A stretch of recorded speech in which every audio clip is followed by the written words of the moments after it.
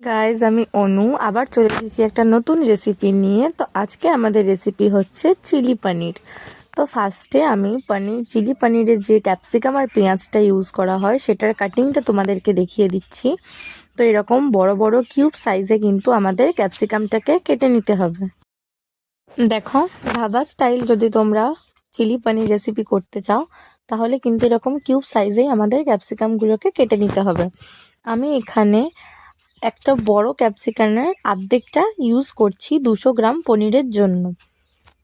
তাহলে তোমরা বুঝে যাবে যে কীরকম পরিমাণে তোমরা চাও। এটা একদম মিডিয়াম পরিমাণে ক্যাপসিকাম ইউজ করা হচ্ছে। যারা খেতে ভালোবাসো তারা হয়তো বেশি পরিমাণে দিতে পারো, কিন্তু আমার মনে হয় এতটাই ঠিক হিসেব।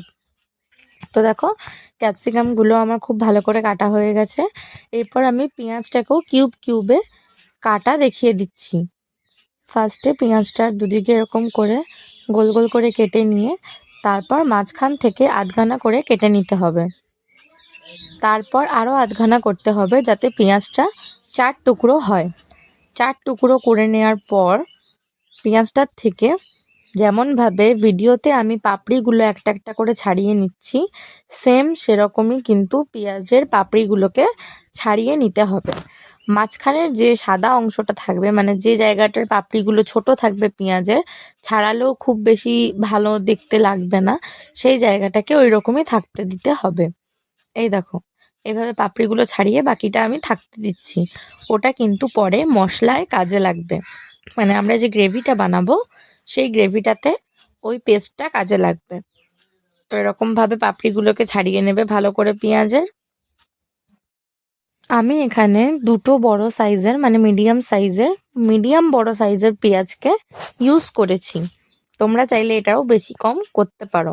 তারপর অল্প একটু কড়া 2 টেবিল স্পুন মতো সাদা তেল দিয়ে তার মধ্যে কুচনো আদা, কুচনো রসুন, লঙ্কা এবং পেঁয়াজের ভিতরকার সেই অংশটা দিয়ে দিতে হবে।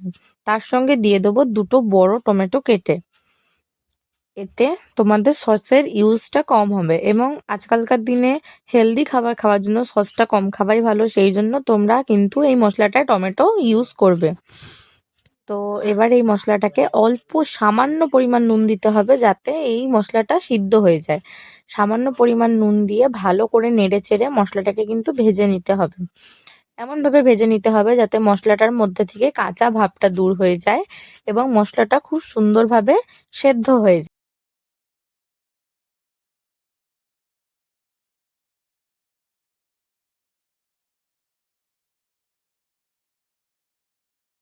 আমি কিন্তু খুব সুন্দর করে দেখো মশলাটাকে ভেজে নিয়ে একটা পাত্রের ওপরে তুলে রাখলাম ঠান্ডা হতে, কারণ ঠান্ডা না হলে তো মিক্সারে পেস্ট করা যাবে না।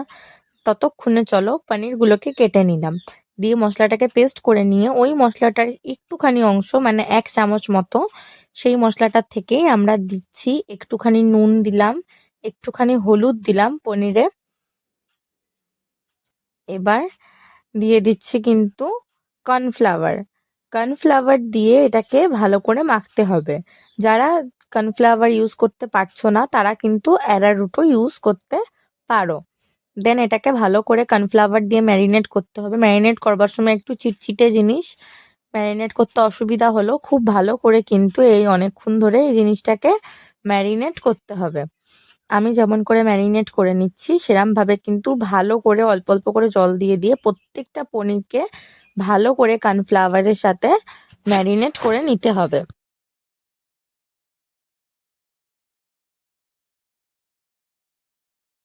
ম্যারিনেট করে 20 মিনিট রেখে দেওয়ার পর আমি এর মধ্যে ধনেপাতা দিয়ে আবার একটু মেখে নিয়েছি। তারপর সেই কড়াইতেই সাদা তেল দিয়ে দিচ্ছি মোটামুটি হাফ কাপ মতো। তারপর ওই ম্যারিনেট করা পনিরগুলোকে একটা একটা করে তেলের মধ্যে ছেড়ে দেবো তেল গরম হবার পর। তো এই দেখো ম্যারিনেট করা পনিরটা। তো এবার তেলটা গরম হয়ে গেছে, আমি দেখছি। খুব সাবধানে আস্তে আস্তে একটা একটা করে পনিরের স্লাইসকে আমরা ছেড়ে দেবো তেলের মধ্যে। খেয়াল রাখতে হবে যাতে একটা স্লাইসের সাথে আর একটা পনিরের স্লাইস না লাগে, তাহলে কিন্তু দুটো একসাথে চিটে যাওয়ার সম্ভাবনা থাকবে। তাই একটু দূরে দূরে ছেড়ে দিতে হবে তেলের মধ্যে পনিরগুলোকে খুব ভালো করে ভাজার জন্য। দেখো, ভিডিওতে যেভাবে আমি ছাড়ছি তোমরাও কিন্তু এভাবেই রান্নাটাকে করবে। দেন তারপরে আমি পনিরের স্লাইসগুলো ছেড়ে দেওয়ার পরেই ফট করে পাল্টাতে যাব না, তাহলে কিন্তু পনিরের টুকরোগুলো আমাদের ভেঙে যেতে পারে। তাই জন্য পনিরের স্লাইসগুলো দেওয়ার পর আস্তে আস্তে মিডিয়াম টু হাই আছে আমাদের এটাকে ভালো করে ফ্রাই করতে হবে। একটা পাল্টা মানে নিচের দিকটা যেটা তেলে আছে ওই দিকটা ভালো করে ফ্রাই হবার পরেই কিন্তু পনিরটাকে পাল্টাতে হবে, না হলে কিন্তু পনিরের পিসগুলো ভেঙে যাবে বা কড়াইয়ের সাথে আটকে যাওয়ার চাপ থাকবে। তো আমি দেখো তেলের মধ্যে আমার পনিরগুলো ছাড়া হয়ে গেল।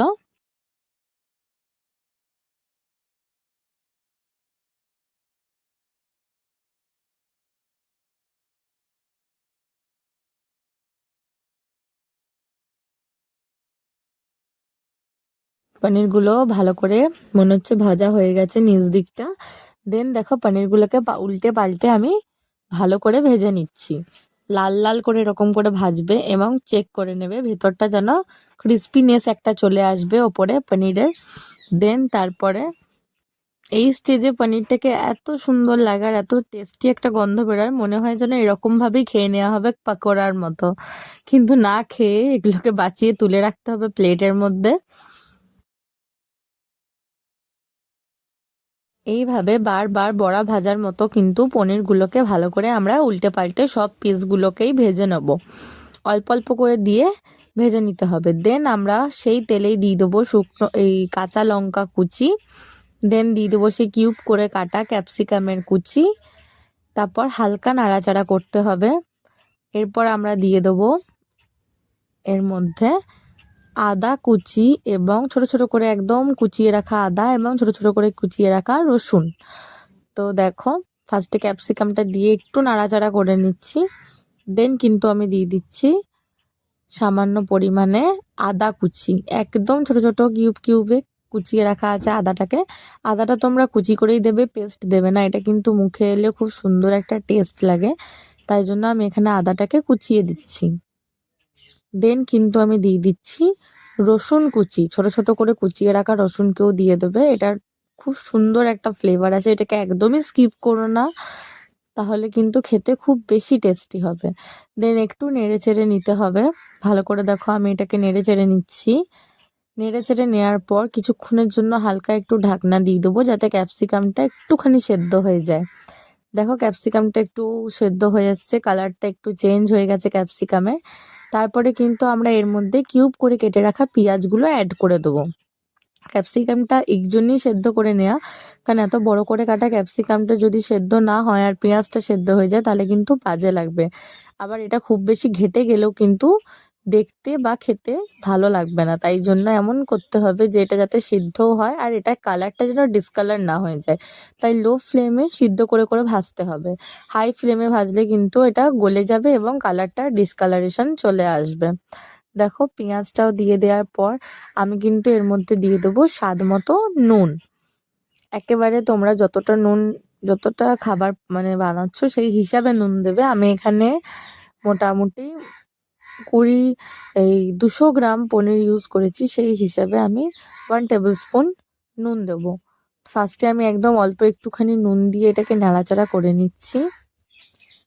দেখো তোমরা একদম অল্প একটুখানি নুন দিয়েছি, নাড়াচাড়া করছি যাতে পেঁয়াজটাও ভালো করে ক্যাপসিকামটা সেদ্ধ হয়ে যায়। দেন ভালো করে নাড়াচাড়া করার পর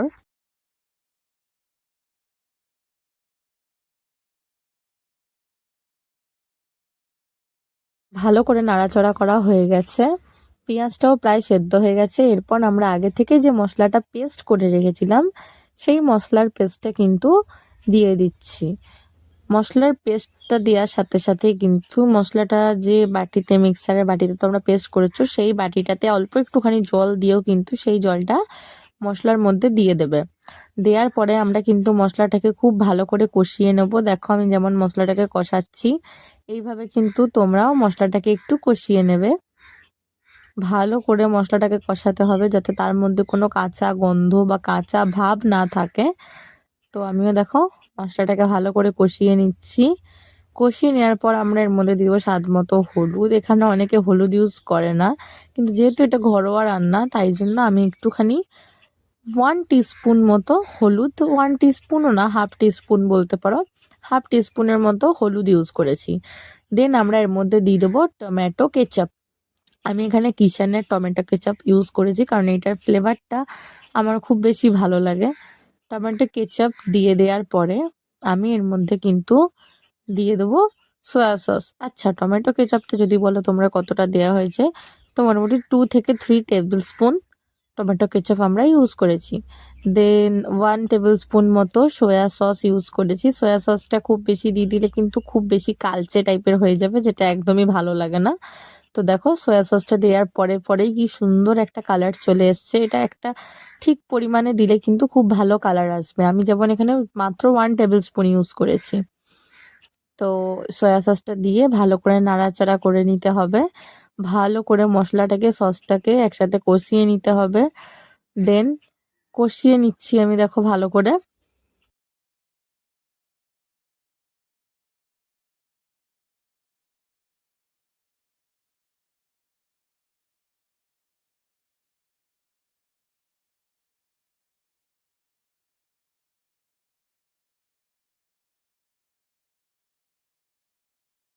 দেখো কষাতে কষাতে কিন্তু আমার মশলা খুব ভালো করে কষানো হয়ে গেছে এবং মশলার থেকে তেল ছেড়ে দিয়েছে। সস মশলা সব কিছু এক জায়গায় হয়ে গেছে, একদম কড়া থেকে ছেড়ে ছেড়ে আসছে তেল। তারপর এই ঠিক সেম এই অবস্থায় কিন্তু আমরা দেব একটু পরিমাণ মতো জল। ঠিক আছে, অনেকে আছে একদম শুকনো চিলি পনির খেতে ভালোবাসে, তারা এই স্টেজে পনির দিয়ে নেড়ে চেড়ে নামিয়ে দিতে পারো। কিন্তু আমরা একটু গ্রেভি পছন্দ করি, তাই জন্য আমি এর মধ্যে কিছুটা পরিমাণে জল অ্যাড করব। পুরো কিন্তু এরকম ভালো করে তেল ছাড়তে দিতে হবে মশলা থেকে। এইভাবে যদি তেল ছাড়ে কিন্তু খুব বেশি টেস্টি লাগবে। দেখো আমি জল অ্যাড করে দিলাম। জল অ্যাড করে দিয়ে তোমার যেমন গ্রেভি চাই তুমি সেই হিসাবে জল অ্যাড করবে। আমি একটুখানি বেশি পরিমাণে জল অ্যাড করলাম, কারণ আমাদের বাড়িতে সবাই একটু গ্রেভি খেতে খুব বেশি পছন্দ করে।